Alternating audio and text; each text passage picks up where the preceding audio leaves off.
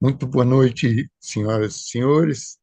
Muito Temos boa noite. hoje a realização de mais uma palestra do Fórum Permanente sobre Genocídios e Crimes contra a Humanidade, contando com a presença e a participação do professor Rafael Carvalho de Vasconcelos, professor titular de Direito Internacional Público da Universidade Estadual do Rio de Janeiro, professor de Direito Público da UFRJ,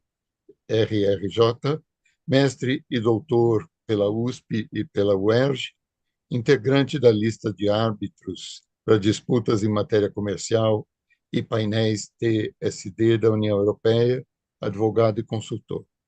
O professor Rafael nos fala sobre Gaza, genocídio e direito internacional. Contamos também com a presença dos demais co-organizadores do fórum, a professora Arlene Clemencha, o professor Arthur Capella Janatásio e o professor Felipe Nicolau Pimentel Alamino. Professor Rafael, seja bem-vindo, uma satisfação tê-lo conosco hoje. Você tem a palavra. Bom, boa noite, né, a todas e a todos que estão nos assistindo. Eu começo, é sempre um prazer voltar, né, Paulo? Eu acho que estar no, no, no ambiente das arcadas, para mim, é sempre uma honra.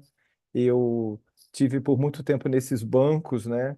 E eu até acredito que esse tema, e eu conheço assim da nossa relação já de bastante tempo, eu acho que tem até uma certa pequena expectativa gerada, não é, em você, né, Paulo, de que eu vá ser polêmico como sempre, né? Porque eu gosto de uma polêmica, né? Eu gosto de, de falar as coisas que muitas vezes, mesmo, mesmo quando as pessoas concordam com o que eu tô dizendo, aquilo ali gera um certo incômodo, né? E isso eu acho que eu pratiquei bastante, né, nas cadeiras ali, nas arcadas, nos anos que eu estive ali sob a sua orientação, tanto no mestrado como do doutorado, né, fazendo essa trajetória do direito internacional público, que eu acho muito curioso no fim da história, né, que eu acabei virando titular de titular público de direito internacional público na universidade em que eu fiz a minha trajetória acadêmica em direito internacional privado. Então é um pouco como se fosse como se tivesse sido um grande golpe, né, assim, né, no fim da história. No fim da história, eu acho que quando nos seus encontros com a Carmen, assim, eu posso ser um pontinho ali de dizer, olha, nesse ponto aqui acabou que venceu o direito internacional público, apesar de eu ter uma trajetória de tanto acadêmica como profissional, trabalhando com o direito internacional privado, é o direito internacional público que me fez, não é acabar sendo professor titular e assumindo a cadeira do professor Celso Melo na UERJ.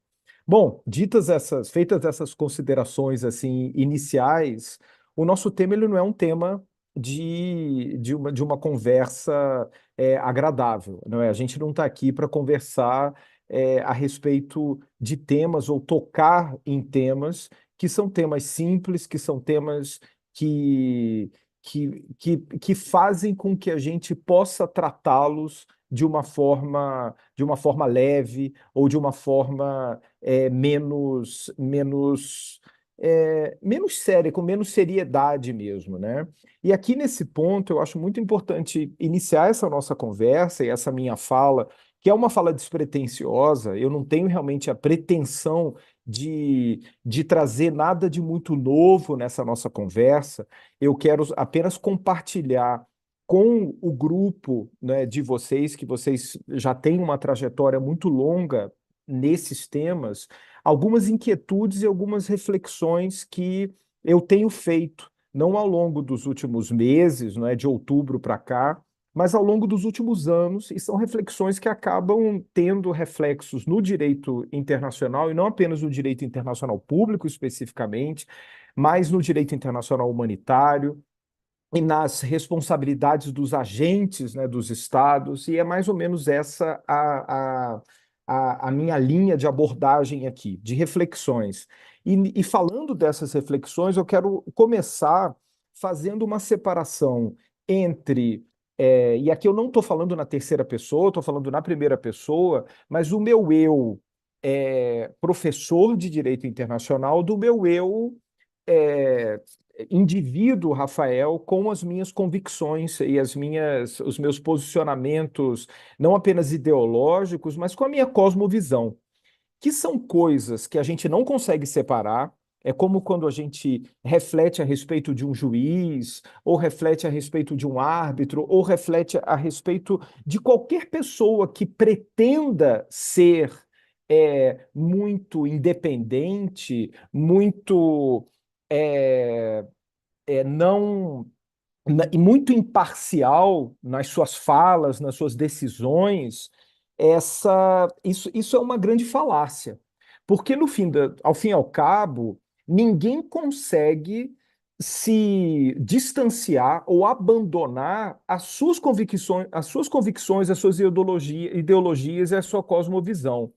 Eu acredito que o primeiro passo que a gente dá não para conseguir de fato distanciamento, mas para ficarmos alertas, é assumir isso, é assumir muitas vezes que as nossas convicções pessoais elas não conseguem se dissociar da forma como nós abordamos os temas do mundo, tanto os temas dentro de uma perspectiva política como de uma perspectiva jurídica.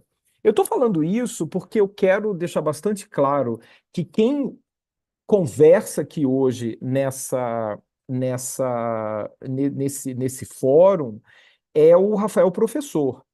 E que muitas vezes, digamos assim, vai parecer que eu estou evitando tocar o dedo em determinadas feridas, que muitas vezes, se a pessoa estiver conversando comigo informalmente em outro ambiente, eu vou tocar o dedo nessas feridas de uma forma mais contundente. Mas no meu ofício de professor, de pesquisador do direito internacional, eu vou me permitir ter uma certa parcimônia para trazer essas reflexões e para que a gente possa fazer essas reflexões aqui nessa noite de hoje, nesse momento que nós temos.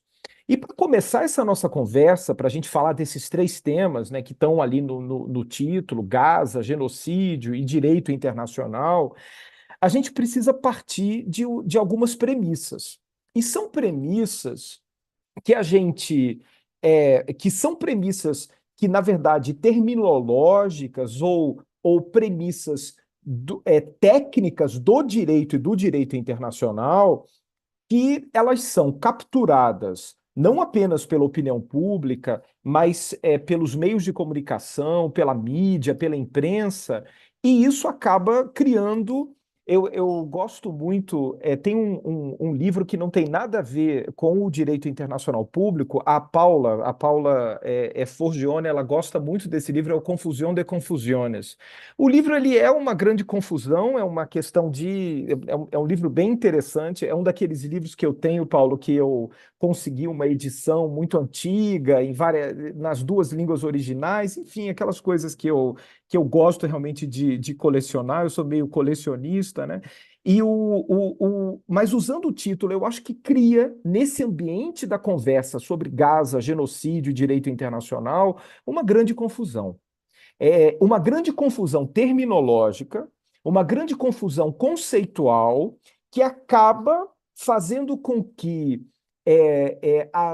os debates a respeito do que está acontecendo nesse momento em Gaza, especificamente hoje em Rafah, né, a gente tem acompanhado isso nos últimos dias, seja tratado de uma forma muitas vezes distorcida, muitas vezes capturada por determinadas narrativas e muitas vezes criando na opinião pública e repercutindo nos estudiosos do direito internacional uma enorme confusão, uma confusão de confusões. E a primeira premissa, e eu vou querer abordar duas premissas, a primeira premissa é uma insistência que existe nessa conversa e nesse debate a respeito do que está acontecendo, né, em Gaza especificamente, é uma tentativa ou uma exigência de que se coloque em debate que o Hamas ele é um grupo terrorista. E um posicionamento claro de que, de um lado, nós temos um Estado de Israel que tem o direito de se defender, e do outro lado, nós temos um grupo terrorista e que, na verdade, o Estado de Israel ele está atacando esse grupo terrorista. E isso é muito interessante porque a gente vê muito, tanto na opinião pública e nos meios de comunicação, forçando isso, né? Você condena o Hamas, o Brasil ele não trata o Hamas como grupo terrorista, como também dentro das conversas do direito internacional. Isso a mim me parece eu fico às vezes em dúvida observando essa situação, porque essa confusão que ela é criada, ela me parece muito proposital, mas eu fico muito apreensivo e muito confuso, porque, como eu disse antes, a gente está tratando de uma confusão terminológica com o verdadeiro objetivo que é criado ao se exigir o enquadramento como grupo terrorista e ao se tratar de um lado de um Estado e de outro lado de um grupo terrorista. Essa confusão que me parece muito proposital, ela gera uma situação que você é forçado, por mais que você seja um estudioso, um pesquisador do direito internacional, que adote a postura do Estado brasileiro de que a Palestina é um Estado e de que o Hamas ainda que seja de fato ou de direito que essa discussão ela possa existir, ele pode ser considerado um governo, ainda que de fato não é desse Estado palestino ou dessa parte do Estado palestino que nós chamamos de Gaza, ainda que se construa essa reflexão jurídica do direito internacional e que se busque colocar no foco uma perspectiva de uma relação entre dois estados, entre o Estado de Israel e o Estado palestino, entre o governo de Israel e um governo de fato, ao menos de uma parte do Estado palestino, nós somos forçados por toda uma pressão política, midiática, a enquadrar esse suposto, digamos, governo de fato de um Estado como grupo terrorista. E eu estou dizendo isso porque parece aqui agora, né, podem surgir pessoas que vão fazer recorte dessa minha fala e falar: o Rafael já começou dizendo que o Hamas é governo do Estado palestino e que a Palestina é um Estado, e daqui a pouco estão dizendo que eu estou negando o direito de Israel de existir ou coisa desse tipo. Pois bem, eu não sei até que ponto serve a Israel esse essa premissa, essa primeira premissa que gera confusão. Porque quando as pessoas elas dizem, você condena o Hamas e você diz que o Hamas é um grupo terrorista, nós retiramos do Hamas e retiramos do Estado palestino as obrigações que são impostas pelo direito internacional aos estados e aos seus governos. Porque quando a gente trata o Hamas como grupo terrorista, nós retiramos o Hamas de qualquer tipo de parâmetro de legalidade internacional. Nós colocamos esse grupo de pessoas, não é? Em um grau de ilegalidade, digamos assim, que nós passamos a não poder exigir desse grupo aquilo que se exige de um Estado. Porque de um grupo terrorista você apenas combate. Você não pode exigir desse grupo terrorista, que seria um pouco.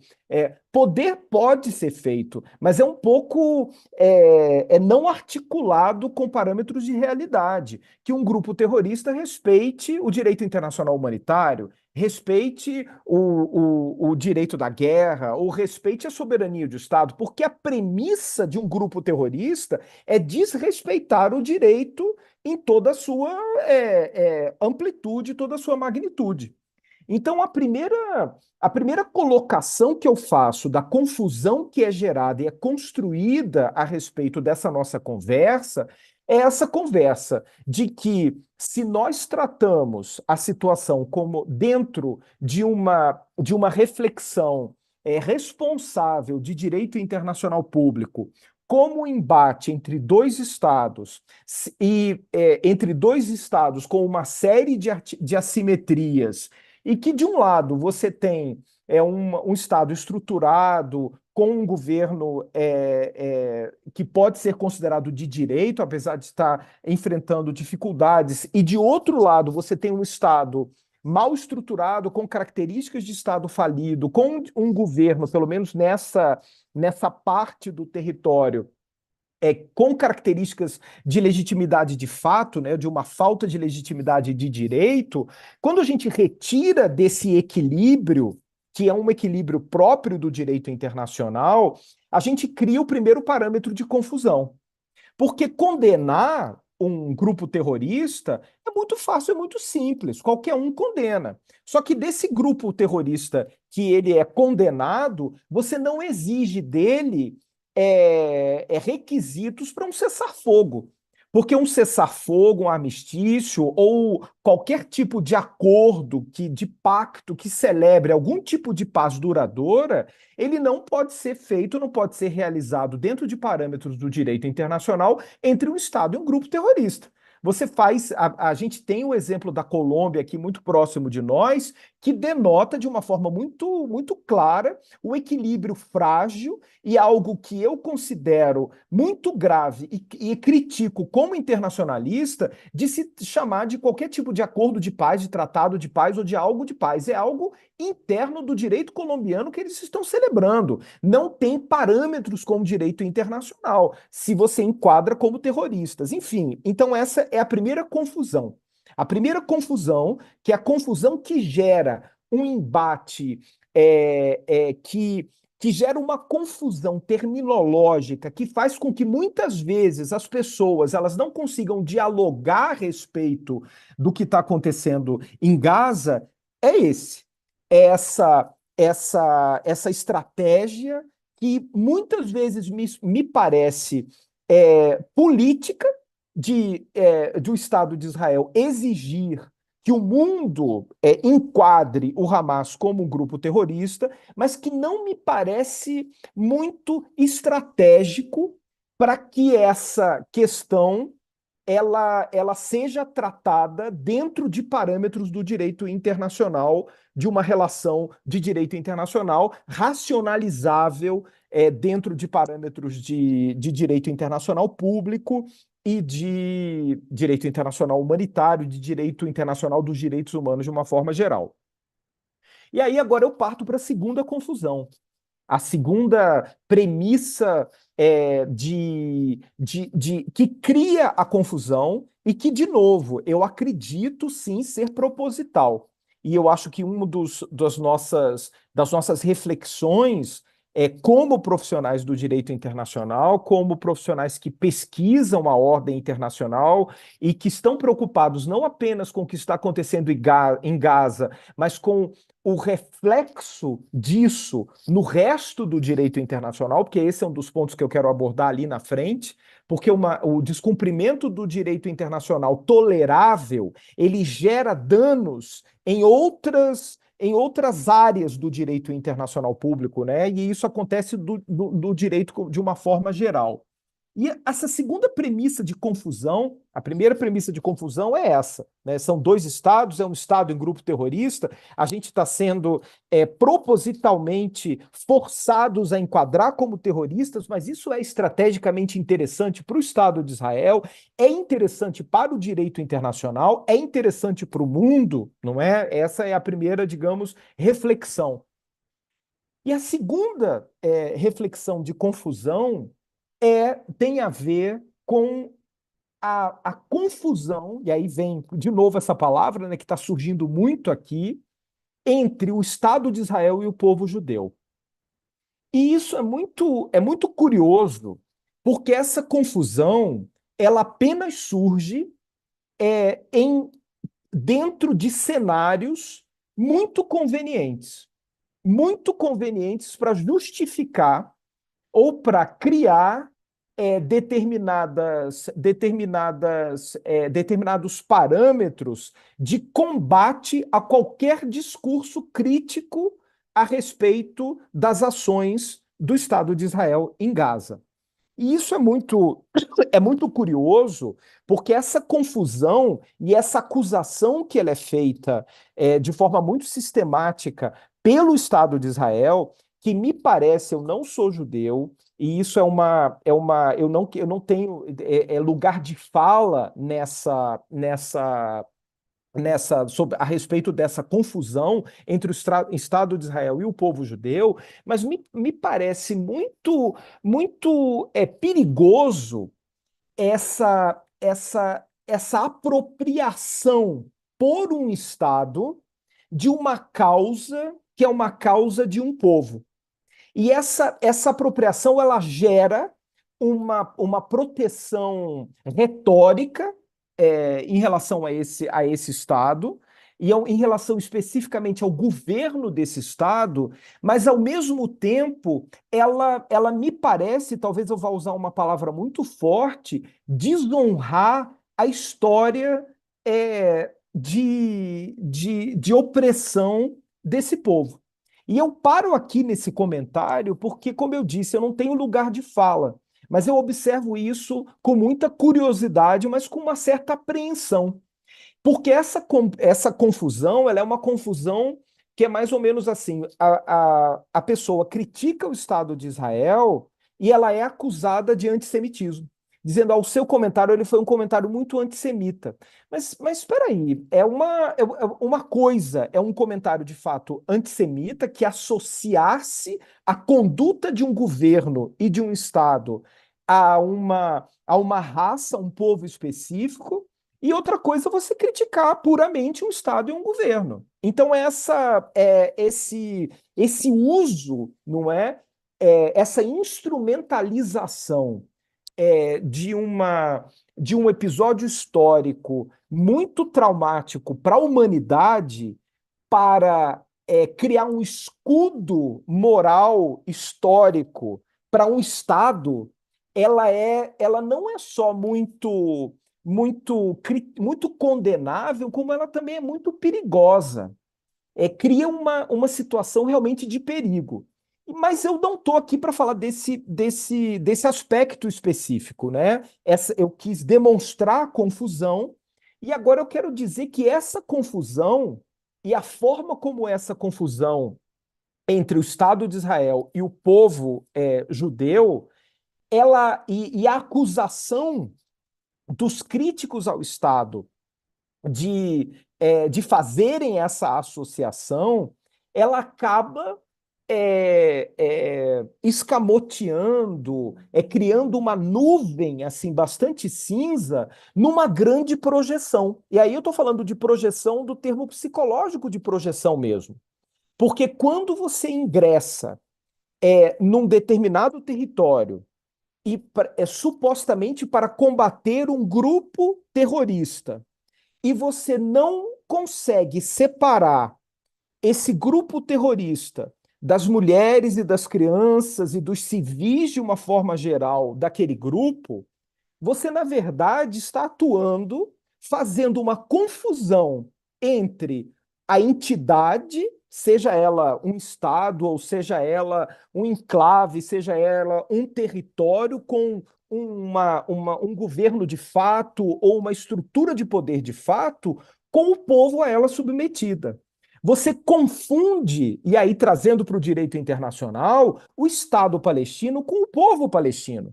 Então, na verdade, quando eu vejo as pessoas elas acusando os críticos do Estado de Israel de estarem praticando qualquer ato de racismo, de antissemitismo contra o povo judeu, normalmente essas pessoas que acusam esse movimento antissemita, do crítico, são pessoas que, quando observam o Estado palestino ou observam o território palestino, confundem o povo palestino com as medidas que são tomadas pelo poder de fato, seja esse terrorista, governo de fato, ou seja, como for que seja classificado esse território. Então, na verdade, as minhas duas premissas de confusão, e eu acho que elas são muito importantes de serem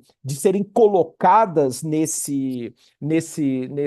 como um parâmetro inicial assim da nossa conversa, que são a confusão entre tratar de uma relação entre dois estados ou de um estado com um grupo terrorista e de confundir o Estado de Israel com o povo judeu, elas são o núcleo de todo o problema que envolve tratar do tema de Gaza, falar de genocídio e falar do direito internacional relacionado a essa questão.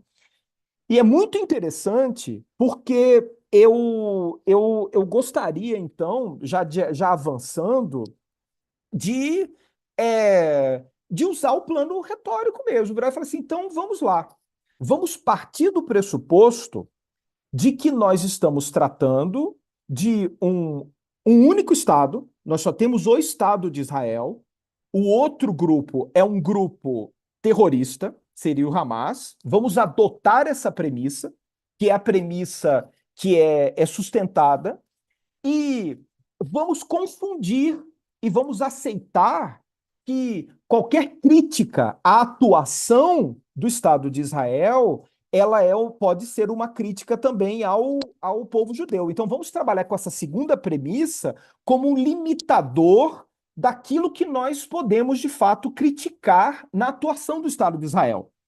Porque o que ocorre? Eu fiz estabeleci esses primeiros parâmetros de confusão para chegar nesse ponto aqui da nossa conversa e falar assim, então tudo bem, vamos analisar essa situação de Gaza partindo do princípio de que só tem o Estado de Israel e que ele está combatendo um grupo terrorista em Gaza, e, por outro lado, que qualquer crítica que eu faça pura e simplesmente ao Estado de Israel, ela vai ser considerada antissemita. Então, eu não posso fazer críticas ao Estado de Israel, porque seria antissemitismo, e eu só considero Israel o Estado. O Hamas é um grupo terrorista. Então, nesse momento, eu quero tornar premissa da nossa conversa a condenação do que aconteceu no 7 de outubro como um ato terrorista, de um grupo terrorista, e de que o único Estado envolvido nessa situação é o Estado de Israel, e que ele está. Eu vou usar um termo agora para criar um paralelo, enfim, ele está executando uma operação especial em Gaza. Né? E essa operação especial que tá ocorrendo em Gaza, que é um território, da mesma forma como o Donbass, ele não é dentro do parâmetro russo, ele não é parte da Ucrânia, não é um estado independente, então ali é igual Gaza, como Gaza, uma coisa que ninguém sabe direito a quem pertence dentro da perspectiva russa. Então Israel está é, é, executando uma operação especial em Gaza para combater um grupo terrorista. Eu estou usando essas premissas, essas são as nossas premissas. A primeira coisa que a gente coloca nessa situação, eu já falei antes, né? Do Hamas, eu não exijo nenhum tipo de apego às regras do direito internacional público, ao respeito ao direito internacional humanitário ou qualquer tipo de parâmetro limitador da atuação dos membros do Hamas que possa ter os crimes de guerra, crimes contra a humanidade como parâmetro impeditivo da sua atuação. Porque de terrorista você não pode exigir nada. Terrorista você só combate. Essa é uma premissa que, para mim, é muito clara. Você pode depois até enquadrar o terrorista como ter cometido determinados crimes dentro do rol de crimes internacionais. Mas como você não tem uma estrutura estatal, que é a estrutura considerada Estado por trás desse grupo terrorista, você retira dela vários parâmetros do direito internacional público e limita as exigências de direito internacional humanitário. Você pode enquadrar os agentes pelos crimes cometidos, e ponto, porque você retira a figura do Estado. Então, só resta aqui para nós exigir direito internacional e o seu cumprimento do Estado de Israel.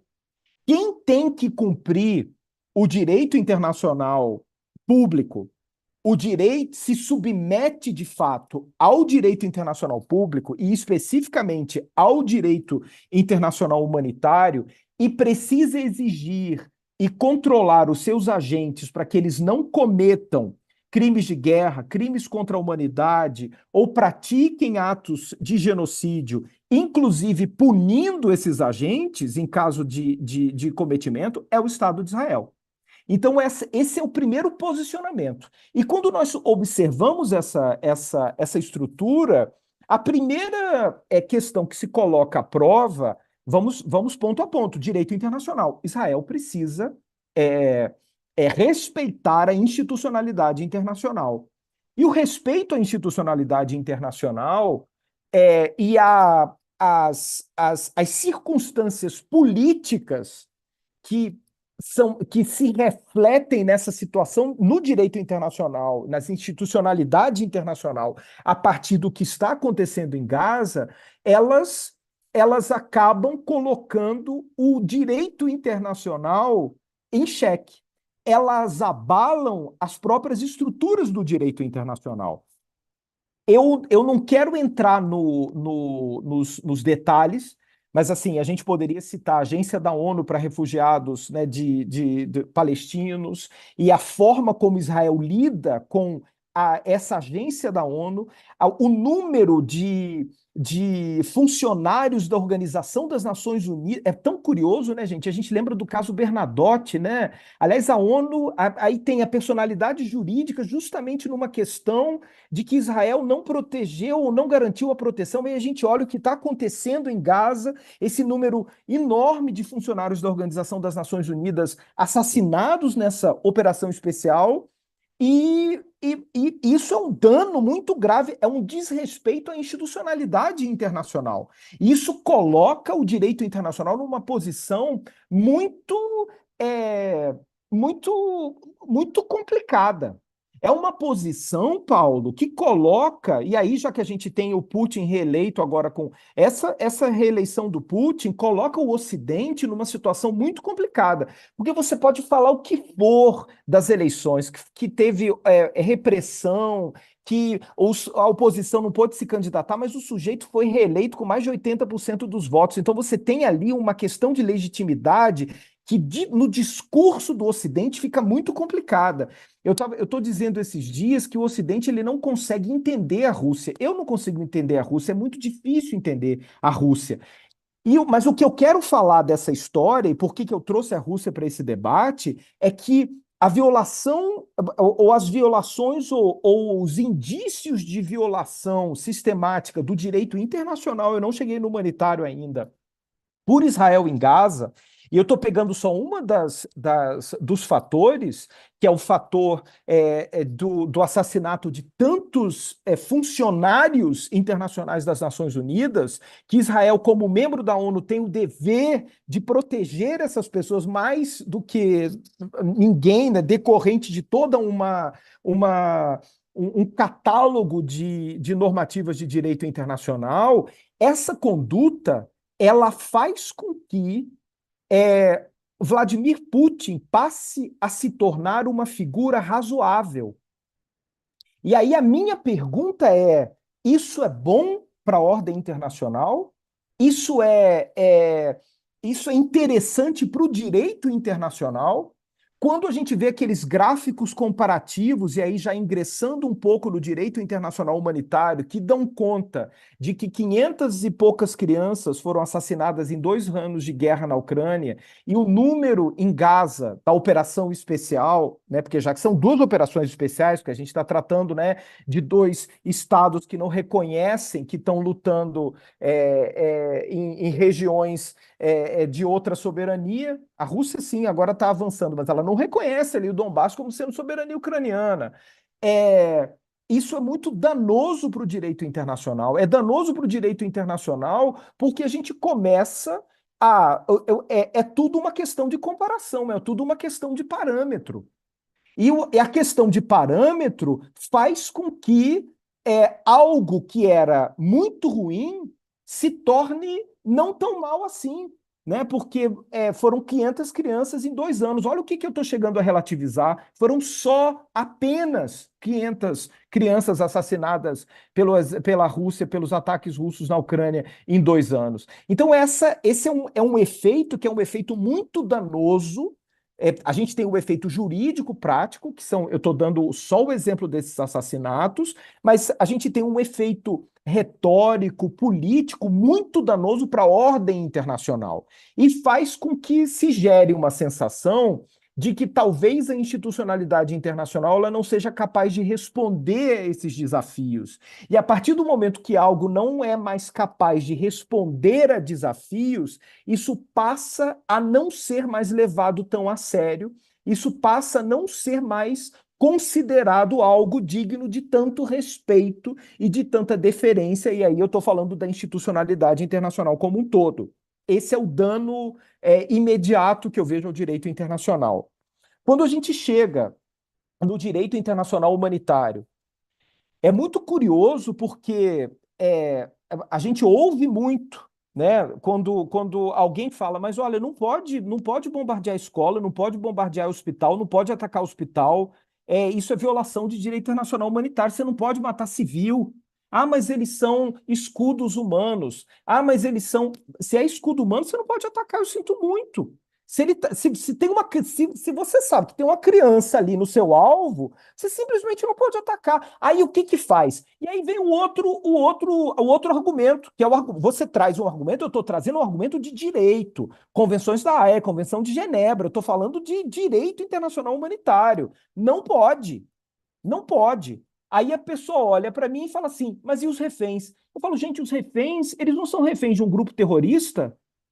É grupo terrorista. Eu não posso virar e falar assim, olha, o Hamas ele precisa respeitar o direito internacional humanitário. Eu estou considerando o Hamas um grupo terrorista, mas assim, o grupo terrorista ele não respeita o direito internacional humanitário. Ele está à margem disso. E eu acho muito curioso, dentro desse debate, que as pessoas que falam, mas e o Hamas? Mas e os reféns? Essas pessoas elas estão igualando a conduta do Hamas ao que é possível ser tomado como conduta por um Estado, no caso, pelo Estado de Israel. E isso é gravíssimo. Isso é muito grave. Eu acho assim que a pessoa que defende essa contra-argumentação, quando qualquer um de nós levanta uma bandeira e fala, gente, mas não pode, porque isso é vedado pelo direito internacional. E aí a pessoa usa argumentos vazios do tipo, mas qual é a alternativa que é gerada para Israel? Qual é e os reféns? Aí você fala, olha, mas é um grupo terrorista. Você está igualando a possibilidade de violação do direito internacional público, do direito internacional humanitário, dentro de uma premissa daquilo que faz um grupo terrorista, fazendo com que o Estado de Israel ele tenha esse mesmo waiver, digamos assim, do direito internacional público, que um grupo terrorista, como é isso? Tá igualando os dois? E aí eu volto àquela minha primeira premissa de confusão. Eu acho muito curioso porque quando as pessoas que defendem essa operação especial na forma como ela é conduzida em Gaza, ela com muita veemência e, e defendem que a Palestina não é um Estado e que o Hamas não é o governo da Palestina, e que jogam tudo na conta do Hamas como um grupo terrorista, elas acabam implicitamente igualando o Estado de Israel àquilo que ele combate, nos seus atos e nos seus waivers de ação. Ah, mas ué, o que que resta a eles? Eles têm é que invadir o hospital, porque lá é uma base do Hamas. Eu sinto muito. Com terrorista, ou, né, se ele está usando crianças de escudo, como essa é a, o argumento, você tem que negociar, gente. Você tem que, com sequestrador, quando você tem numa situação como aconteceu semana passada, rodoviária aqui do Rio, o sequestrador estava lá, sequestrou o ônibus com 18 pessoas. Eu estou fazendo uma comparação muito rústica com o que acontece. Eu sei disso, tenho plena consciência. Mas a polícia chega lá, é como se alguém argumentasse dizendo: não, tem que sair atirando no ônibus porque precisa matar o sequestrador, porque você precisa eliminar o sequestrador. Aí eu falo, tudo bem, se a gente vivesse dentro de um estado que você tivesse realmente uma pena de morte legitimada na ponta, eu ainda diria que tudo bem, mas a gente então mata os sequestrados para como dano colateral para eliminar o sequestrador, e é mais ou menos esse o argumento, que é um argumento que não se sustenta em nenhuma base de direito internacional, mas eu acho que nem mesmo eu não conheço o direito constitucional israelense, e eu acredito que provavelmente não se sustente no direito constitucional israelense, porque não se sustenta em nenhuma base moral, ética, aceitável em 2024. Porque se a gente passar a aceitar isso, então a gente está voltando no tempo. E se a gente tiver que voltar no tempo, então, às vezes eu brinco, as pessoas não entendem, mas eu também não ligo mais, não, Paulo. Eu falo as coisas, se entendeu, entendeu, não entende. Eu brinco que eu me sinto, às vezes, em 1937, sabe? Mas só que eu me sinto assim no Zeitgeist de 1937, aquela coisa assim, sabe, de relativização do ser humano, de erosão da institucionalidade internacional. E se a gente me sentir, não quer dizer que eu aceite isso, não é? E aí, eu já estou caminhando para o fim, porque eu acho que eu já estou avançando aqui. Eu tinha várias coisas aqui para falar, mas eu acho que eu não quero também aborrecer todo mundo que está acompanhando a gente demais.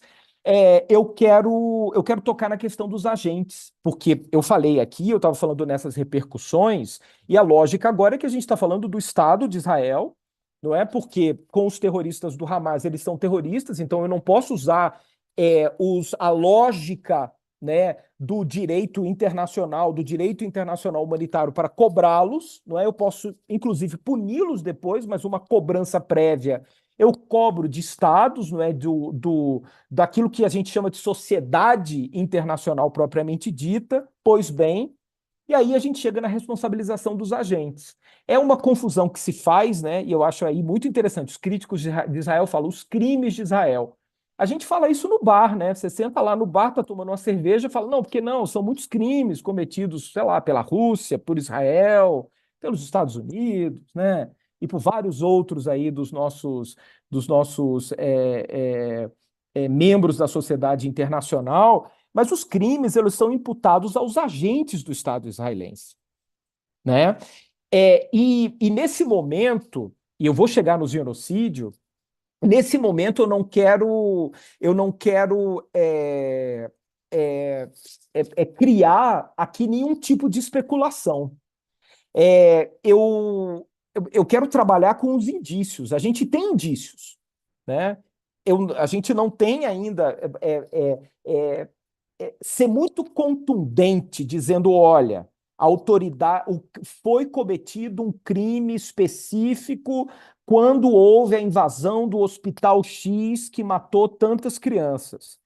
Eu posso trabalhar com essa ideia dentro de uma perspectiva indiciária, porque eu não conheço ainda os detalhes do que está acontecendo. Eu vou poder imputar essas condutas como sendo condutas criminosas a partir do momento que não só a gente tiver uma verificação contundente do fato cometido, mas também dos agentes que estavam envolvidos nessas condutas.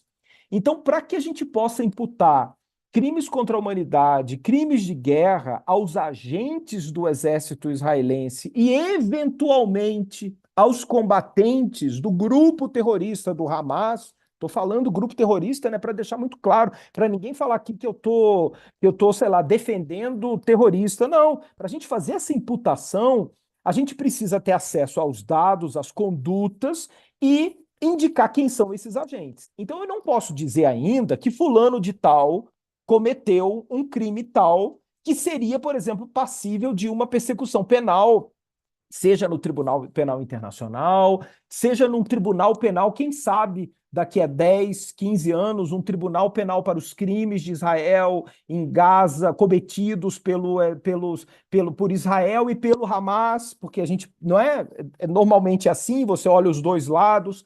Em Gaza, nos anos de 2023 e 2024, a gente vai precisar de uma apuração. Mas existe algo aí, e aí voltando para a responsabilidade do Estado, que é muito importante de ser dito. Dentro desse conjunto indiciário que nós temos, e são muitos indícios, bombardeio ao hospital,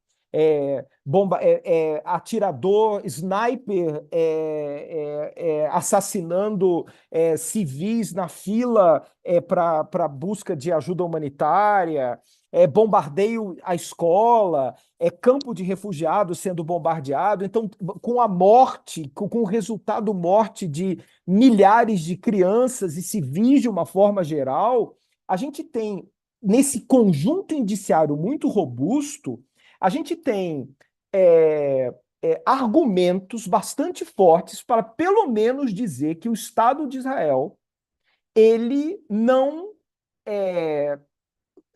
cumpriu com suas, ou não está cumprindo com suas responsabilidades internacionais de evitar o cometimento desses crimes. Né? Então, voltando, né, e levando para o Estado de Israel, dentro desse parâmetro. E aí, antes de partir especificamente para o fim, e querendo trazer aqui, eu vou pegar só uma cola aqui no, no meu celular para poder ler com vocês. Antes de ler essa cola, eu queria falar, só fazer uma observação, né, porque o nosso tema é genocídio. Mas eu quero fazer uma observação que é muito curioso, porque há 2, 3 anos eu fui a Israel, já visitei Israel, eu fui a Israel visitar o professor Jacó, né, o Paulo, foi em 2016. Foi a última vez que eu vi o professor Jacó com vida, foi extremamente agradável, é um país admirável, é realmente assim, muito interessante culturalmente, enfim. E o que me chama muito a atenção é que, naquele momento, quando eu ouvia críticos a Israel apontarem para o racismo, para apartheid, né, em se tratando do Estado de Israel, eu era um dos que falava, olha, eu não vejo nada disso, e eu era aquele que de fato passava pano e falava, não. Inclusive, né, existe toda uma situação ali de congregação, de culturas e coisa desse tipo. E eu acho muito interessante, eu ainda não tenho um juízo de valor formado, eu sou muito cuidadoso para separar o profissional do direito daquele que possa ter convicções pessoais, digamos assim, a respeito dos temas. Eu demoro, digamos, a levar as minhas convicções pessoais para o direito, porque eu gosto de analisar se o direito ele dá esse respaldo, mas cada vez mais eu estou ouvindo os argumentos principalmente nas regiões ocupadas, tanto em Gaza como na Cisjordânia, de que ali nós temos estruturas que são estruturas de uma prática sistemática de racismo com algumas características de apartheid. E eu queria fazer esse comentário antes de chegar no último ponto, porque é muito curioso como a reação do Estado de Israel ao ataque sofrido, ela foi tão desproporcional dentro de vários parâmetros do direito internacional público, do direito internacional humanitário, que acabou retirando o véu que havia, ou a nuvem que havia, para diversas outras questões e acusações que são feitas ao Estado de Israel que eram negligenciadas, né, até pelos profissionais de direito internacional antes disso que está acontecendo nesse momento. Então, eu acho isso muito curioso e esse, digamos assim, é só um fato. Mas aí, pessoal, eu quero terminar dizendo o seguinte: como eu disse antes, a gente tem aí um conjunto indiciário muito contundente de violações de direito internacional humanitário que denotam práticas que podem vir a ser enquadradas como criminosas no momento da imputação desses agentes. E aí eu quero fazer uma leitura aqui, e eu acho que ninguém que está assistindo essa nossa conversa, aqui não tem ninguém que está na ingenuidade, que não está se atualizando a respeito desse tema. As pessoas elas estão lendo o jornal, as pessoas elas estão assistindo a televisão e elas estão consumindo o material do que está acontecendo em Gaza de outubro para cá. Eu só quero ler um trecho. E esse trecho é, por óbvio, da Convenção do Genocídio. Na presente convenção, entende-se por genocídio qualquer dos seguintes atos cometidos com a intenção de destruir no todo ou em parte, eu acho que é importante esse ou em parte, um grupo nacional, étnico, racial ou religioso. Como tal, matar membros do grupo, causar lesão grave à integridade física ou mental de membros do grupo, submeter intencionalmente o grupo à condição de existência capazes de ocasionar-lhe destruição física total ou parcial, adotar medidas destinadas a impedir os nascimentos no seio do grupo, não pode entrar nem anestesia, né? Enfim, efetuar a transferência forçada de crianças do grupo para outro grupo. Esse último ponto tentaram até criar provas indiciárias, né? Eu acho que as pessoas que ficavam tentando buscar esses indícios de que tinham crianças sendo raptadas e levadas, né, por soldados, sei lá para onde, eu acho que essas pessoas elas estavam querendo completar o bingo, né? Gritar bingo. Porque quando a gente vai matar membros do grupo, causar lesão grave à integridade física ou mental dos membros do grupo, submeter intencionalmente o grupo à condição de existência, fome, não limitação de acesso à água, à energia, adotar medidas destinadas a impedir os nascimentos no seio do grupo. E aí, talvez assim, para encerrar essa conversa, eu estou citando aqui a Convenção do Genocídio, que talvez assim, Paulo, você tiver. Eu acho que se eu sentasse aqui para ficar conversando com vocês sobre genocídio, vocês já estão debatendo toda semana, né? Então eu tentei assim conversar sobre a minha opinião global sobre os contextos de direito internacional que nos levam ao genocídio. Então eu estou fazendo essa leitura final só para reconduzir todo esse nosso debate à Convenção do Genocídio. E aí eu tinha frisado ali no em parte, né? Porque não é no todo ou em parte, e listado as condutas. Um dos contra-argumentos daqueles que apontam que não há uma intenção de genocídio, não há o genocídio, né? É configurado em Gaza, é que não existe a intenção, que a intenção não é o extermínio, que você só teria o genocídio quando você tivesse de fato essa intenção do extermínio. Pois eu digo, olha, pode ser que não seja a intenção da maior parte da população israelense. A gente pode considerar também, da mesma forma que o Putin reeleito com 80, mais de 80% dos votos, existe toda uma narrativa da imprensa de que a população russa está submetida àquele governo, né, ditatorial, a gente pode dizer então que é o Bibi e os seus comparsas que estão oprimindo o povo israelense que não concorda com essas atitudes. Mas, e aí voltando para as provas indiciárias, a gente tem indícios, vários deles, em falas repetidas de membros do governo israelense de que existe uma intenção de, sejam falas de varrer Gaza da face da terra, de fazer assentamentos em Gaza, de repelir aquela população para o Sinai. Então, a gente tem, de fato, um conjunto indiciário bastante robusto para nos dar algum tipo de conforto para apontar também um indício de intenção nesses fatos.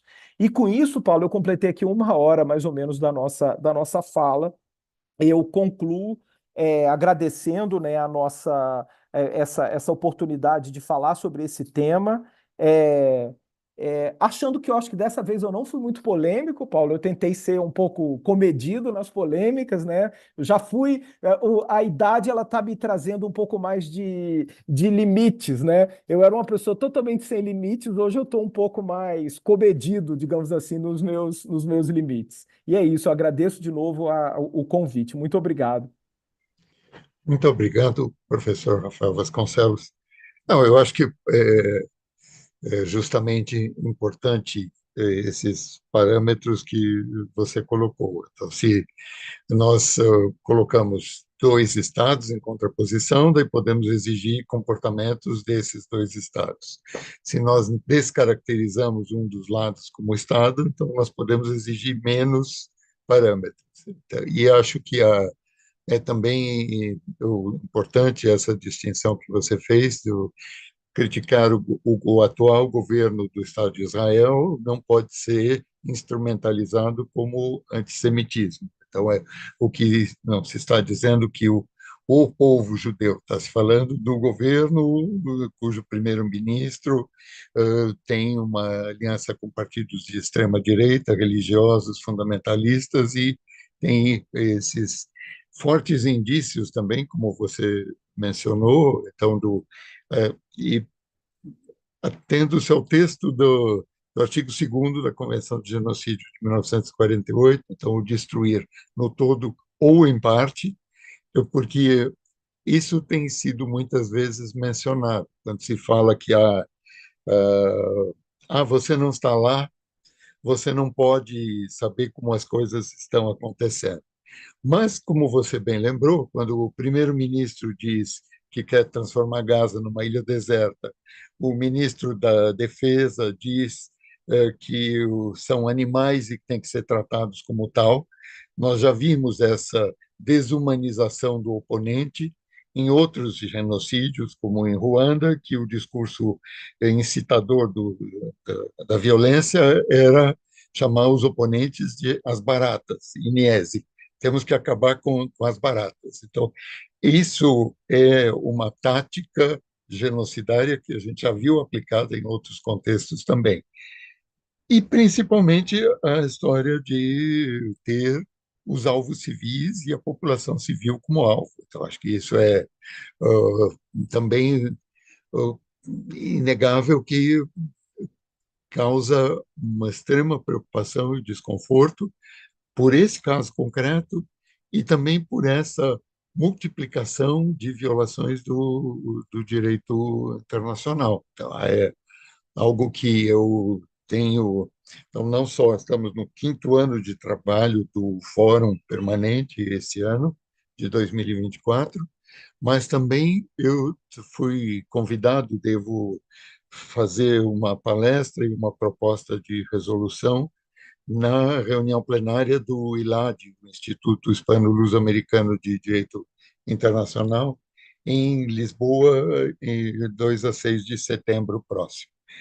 E isso já há 1 ano e meio atrás, então já a Ucrânia já estava em andamento, Gaza ainda não, me foi pedido para sugerir um tema, e eu propus genocídio nos conflitos armados. E temos agora exatamente dois casos em andamento em que nós temos indícios de genocídio, de crimes de guerra, de tratamento desumano e degradante, como tipifica a Convenção da Tortura, e também de apartheid. E a discussão que se colocou de uma maneira enviesada em relação ao governo brasileiro, ou como tem sido dito, se que a África do Sul se coloca como agente do Hamas, até isso eu cheguei a ouvir e ler há uns dias atrás, e acho que foi muito claramente colocado. Se a corte tivesse o entendimento de que não há qualquer indício, poderia ter liminarmente repelido o pedido da África do Sul. E eles disseram: olha, prestem atenção para que não ocorram e não excluiu que prossiga a instrução do caso e que isso possa vir um dia a julgamento. E como você dizia dos indícios, hoje em dia nós temos um crescendo de documentação em conflitos armados e em violências sistemáticas, desde a primeira guerra que foi fotografada por correspondentes jornalísticos estrangeiros, foi a Guerra da Crimeia, não as mais recentes, mas a de 1853 a 1856, e que isso mudou muito a opinião pública da época, de ver a violência fotografada e publicada no jornal que ia para dentro das casas no dia seguinte. Então, esses indícios com filmes, fotos, vídeos e documentos que sejam conservados, espero que sejam conservados para que depois as responsabilidades venham a ser aferidas. Então, acho que é uma situação preocupante por ter uma população civil de mais de 2 milhões de pessoas nas condições em que estão há meses, de não haver uma perspectiva de melhoria, de solução ou de desafogo em curto prazo. E isso é também preocupante porque nós vemos a multiplicação de casos de genocídio, de crimes de guerra se multiplicando. E é assustador, Rafael, quando a gente pensa, Arthur, que desde 2020, quando começamos, eh, tem dezenas de palestras que foram feitas e ainda temos casos de genocídios que não foram tratados. E é algo para se pensar. Então, temos um quadro em que, embora se possa dizer, isso enfraquece o direito internacional e as estruturas institucionais, pelo menos existem alguns parâmetros no direito internacional vigente, o que talvez em séculos passados fosse menos claro ou estivesse ainda incipiente. E é com isso que eu acho que nós precisamos tentar trabalhar.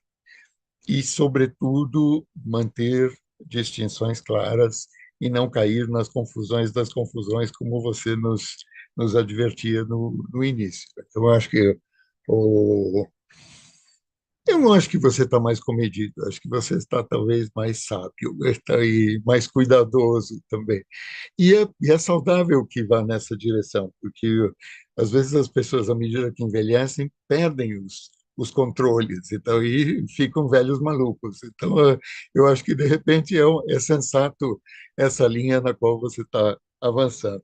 Mas eu já falei muito, o Felipe precisou nos deixar porque ele tinha de que dar aula em seguida, mas o professor Arthur, eu não sei se gostaria de falar, e eu não sei se você tem mais algum comentário do nosso público.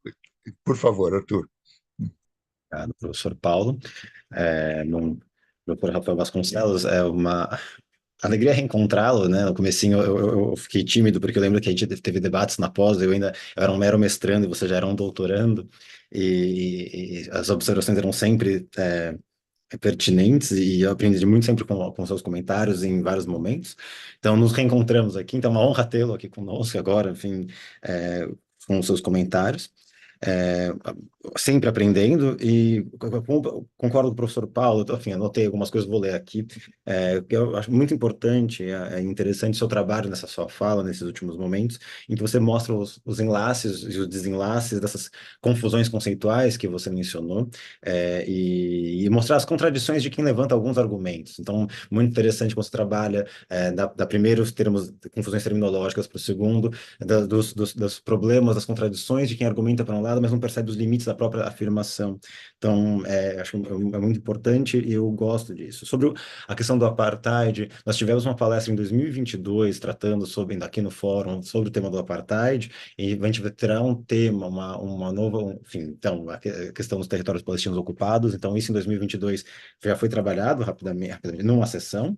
Vamos tratar isso provavelmente na palestra em maio também, só confirmando datas, etc. Mas isso será trabalhado lá, então é mais do que bem-vindo você, enfim, se quiser acompanhar essas discussões, é interessante. O que eu comentar são comentários, enfim, não é discordância nem nada, só vou. Não sei se vocês estão passando uma ambulância nesse momento aqui, então não sei se vocês estão escutando de pano de fundo. Então tá bom, então o som não está tão horrível assim. É, eu vou. Bom, ok, bom. Basicamente, só alguns comentários, né? Agora talvez um bombeiro também com buzina, então vamos ver se vai estar tudo bem.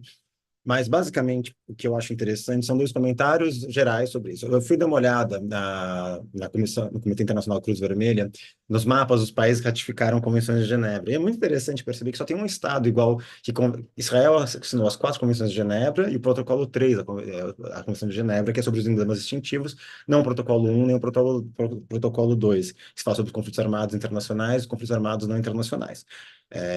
O que é interessante, portanto, que Israel estabeleceu, portanto, um compromisso, como você mesmo mencionou, jurídico à institucionalidade internacional com relação à proteção de prisioneiros de guerra, a proteção de população civil, a questão de náufragos, prisioneiros, enfermos e feridos. Então, só tem um país que fez o mesmo tipo de escolha de assinar essas 4 convenções de Genebra e só o protocolo 3, que são os Estados Unidos. O resto tem variações nessa gradação, mas isso é interessante para fazer algum pareamento. Dois comentários, um me lembra uma conversa que eu tive na minha estadia na Alemanha com uma colega, enfim, que eu voltei recentemente, e outra com relação a uma fala que você coloca. É um princípio básico do direito internacional humanitário, como você mesmo mencionou, que se uma parte combatente não está cumprindo o direito internacional humanitário, isso não justifica um race to the bottom, mas isso não justifica que, já que a outra parte não está cumprindo, você pode não descumprir. Né? Só fala que dizem que argumentam, né? Mas e os reféns? Como é que o que Israel vai fazer, já que o escudo humano não justifica que, no seu exemplo do sequestrador, né? Isso não é básico. E acho interessante, cuidado com não foi você, né? Mas eu escutei algumas vezes com pessoas, colegas, enfim, quando eu estava na minha estadia na Alemanha, com interpretações de que, mas o direito internacional humanitário até, entre aspas, permite atacar não combatentes, e isso não está certo, isso não está certo, e você também não está trabalhando, mas o interessante na verdade, não é que direito humanitário permite, eu acho que nesse debate entre tantas coisas, é que ele tolera quando é acidental, quando você utilizou armas com precisão, quando você calculou, quando você visou a população civil para sair daquela situação, não você esperar que a população civil vá pegar mantimentos e você metralha essas pessoas, né? Então, é completamente... Não é que ele permite, ele tolera em situações muito específicas. E eu acho muito interessante que você traz isso, porque a solução não é, então... a pergunta não deve ser, então, como faz? Porque quando você pergunta como o Estado faz para combater, direito internacional humanitário está impedindo o combate, perguntar como faz é você estar buscando uma justificativa para atacar, quando direito humanitário, por definição, é não ataque. Então, não é, a pergunta é como é que eu faço? Não é como eu faço, já que está difícil, que o direito humanitário determina que não é para atacar, então você não deve atacar. Você, como você mesmo disse, senta e negocia. Senta e conversa, vê o que está acontecendo, porque isso não é. Se o direito internacional humanitário que existe formalmente há 150 anos, mas é muito interessante você olha o momento, história, o Mahabharata, um livro de 7.000 anos, a história do pensamento hindu, coloque havia já leis de guerra e que violar leis de guerra divinas, digamos assim, do Mahabharata, não justificava que a outra parte poderia violar direitos de guerra, é alguma coisa que é tão crucial, é tão fundamental, é tão importante estabelecido na construção da civilização, da humanidade, essa questão de que se está muito difícil atacar de acordo com o direito humanitário, então a regra é não ataque. Não se pergunte como faz, né? Eu acho que acho que a sua reflexão me levou a pensar essas discussões. Não se pergunte como faz para atacar. Né, é outra reflexão. Então, eu gosto muito da sua fala, eu agradeço imensamente. Mas, como eu disse, são só comentários gerais de coisas, enfim, não é um complemento às suas colocações. Eu agradeço imensamente, uma honra e um enorme aprendizado ao que você trouxe aqui para a discussão no Fórum Permanente sobre Genocídio e Crimes contra a Humanidade. Muito obrigado. Enfim, eu passo a palavra de volta ao professor Paulo. O- Se você gostaria de fazer uso da palavra para um encerramento, Rafael, eu só gostaria, antes de avisar, que nossa próxima palestra será no dia 23 de abril, com o Nerv Gordon, sobre a instrumentalização do antisionismo como antissemitismo. E essa é, você dizia, não tem lugar de fala por não ser judeu. O Nev Gordon é judeu, israelense, e que há 10 anos mora e trabalha em Londres. Então, ele justamente critica essa instrumentalização que tem sido feita. Então, se você faz qualquer crítica ao governo de Israel, você já é automaticamente taxado de antissemita. Então, Rafael, você quiser fazer as suas considerações finais, por favor, tenha a palavra. Bom, quero agradecer, né, tanto ao convite, né, Paulo, Arthur, foi realmente um prazer conversar sobre esse tema. É um tema que as pessoas, eu tenho, talvez, eu pensei em vários comentários aqui fazer na parte final, tá? Eu ia comentar, você falou da Alemanha, Arthur, tem me incomodado sobremaneira a postura do Estado alemão nessa questão específica. E eu passei quase um mês na Alemanha agora, no início do ano, né, visitando amigos e muitos. Morei na Alemanha algumas vezes, tenho muitos amigos alemães e eu ouvi de vários deles que eles entendem a postura do Estado alemão, defendem a postura do Estado alemão, mas não concordam com ela. E isso eu achei, assim, eu poderia realmente, a gente poderia entrar nessa conversa. Outra conversa que eu poderia abrir aqui uma frente e para concluir, que eu tinha pensado nessa frente de conclusão, é sobre as ameaças ao direito internacional. E quando eu digo ao direito internacional, sou institucionalidade. Eu acredito que a realidade ela, ela, ela está se impondo à humanidade, né,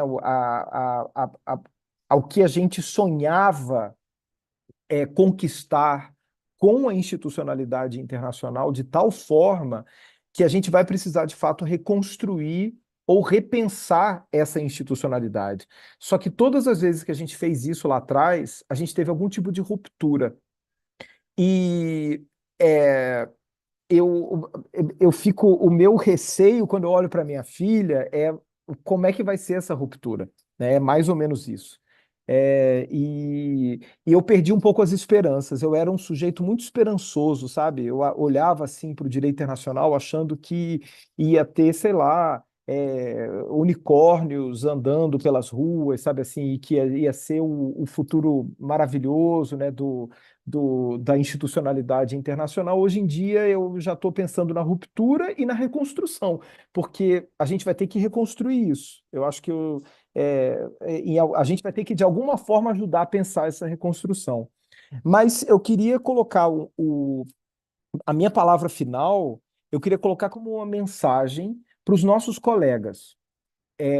E eu excluo, claro, nós e vários dos nossos colegas, que são aqueles que estão adotando posição e estão se expondo a respeito desse tema específico, tanto da Ucrânia como de Gaza, e denunciando e colocando muitas vezes até carreiras em risco por causa dessas posições e desses posicionamentos. Seja, não é, justificando, e aí vem o ponto importante, justificando a atuação dos estados agressores ou justificando ou criticando essas atuações. Eu acho que, e aí vem o meu ponto crítico. eu tenho um problema muito contundente com os omissos. As pessoas que não se posicionam.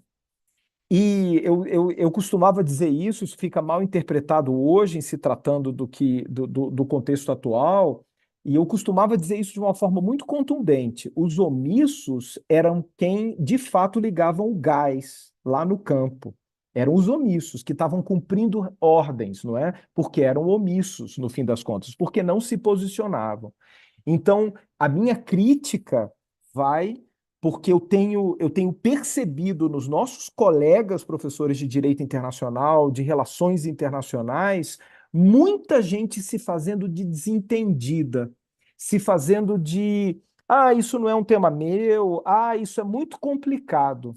Talvez por isso que exista, então, uma necessidade da gente observar esse tema com mais cuidado e de mais de perto para emitir opiniões, nem que sejam opiniões para dizer, não tenho certeza, porque tem muitas coisas que eu falei hoje não foram conclusivas, eram assim, olha, eu estou falando de indícios, de talvez, e é isso que a gente precisa fazer. Então eu queria terminar a nossa conversa de hoje com a minha crítica aos omissos, a todos aqueles que estão se omitindo, que estão se escondendo, que estão preferindo não expor, não é, as suas opiniões a respeito do que está acontecendo no mundo e no direito internacional nos últimos anos. Eu acho que essa é a minha palavra final.